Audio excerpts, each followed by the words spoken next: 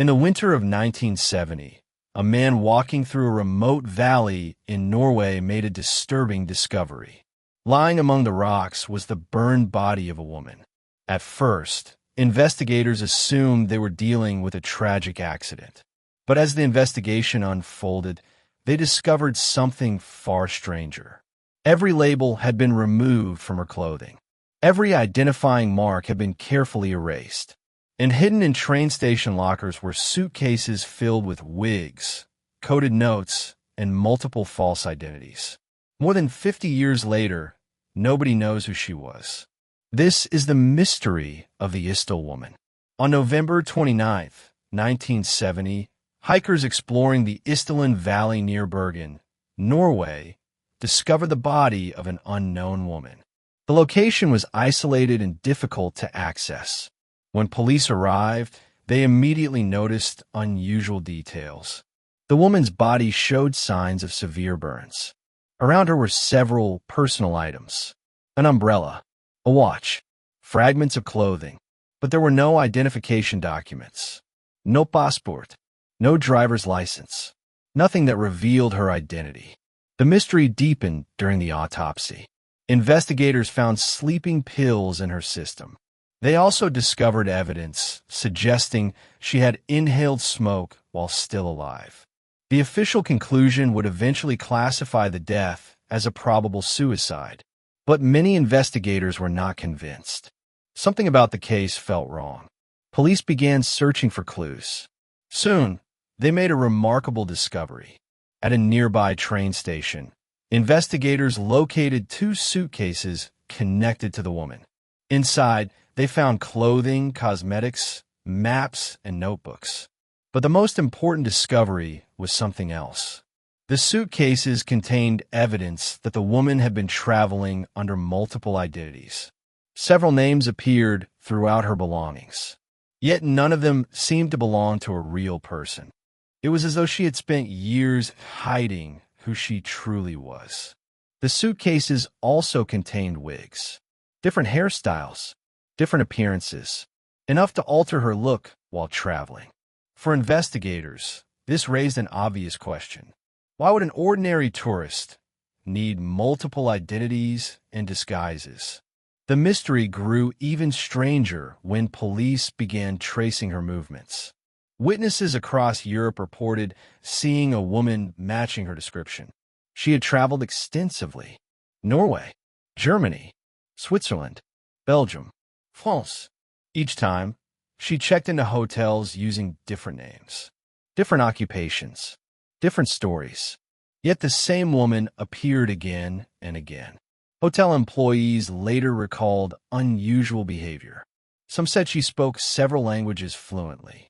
Others noticed that she carefully avoided revealing personal information. Many described her as intelligent, well-dressed, and secretive.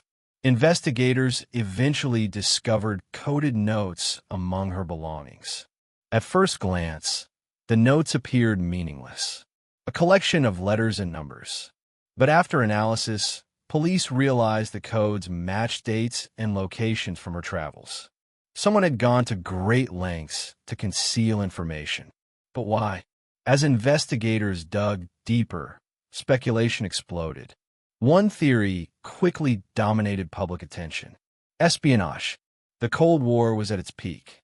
Europe was filled with intelligence operations, secret agents, surveillance networks, double agents. The Isdal Woman seemed to fit the profile. Multiple identities, frequent travel, disguises, coded messages. Many believed she was involved in intelligence work. Some witnesses even claimed to have seen her meeting mysterious men during her travels. Others reported hearing unfamiliar languages. Yet despite years of investigation, no direct evidence ever confirmed the spy theory. Another possibility suggested criminal activity. Perhaps she was involved in smuggling. Perhaps she was working for an organized network. Again, however, evidence remained limited. Every answer seemed to create new questions. One of the strangest details involved her dental work. Experts examined her teeth, and discovered unusual dental treatments. Some investigators believe the work might help identify where she had lived, but the evidence proved inconclusive. The mystery remained unsolved. As years passed, the case became famous throughout Norway.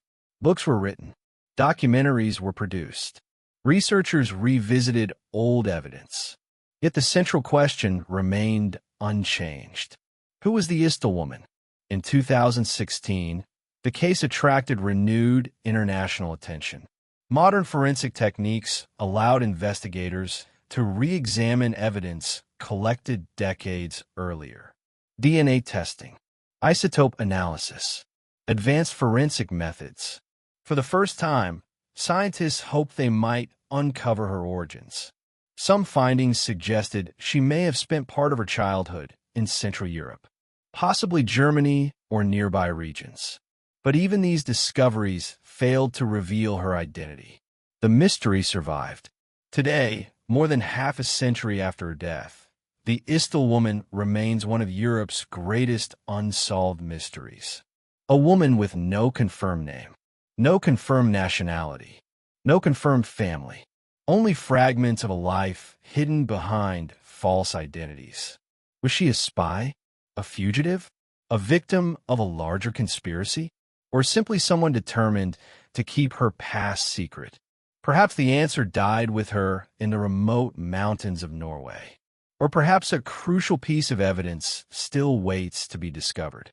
Until then, the Isdal Woman remains a ghost of the Cold War era. A woman who traveled across Europe under many names, yet somehow left behind none. And that is why her story continues to fascinate investigators and mystery enthusiasts around the world. If you enjoy real mysteries, unsolved disappearances, and strange stories that continue to puzzle experts decades later, subscribe to Story Vault Studio. Because every story has a secret,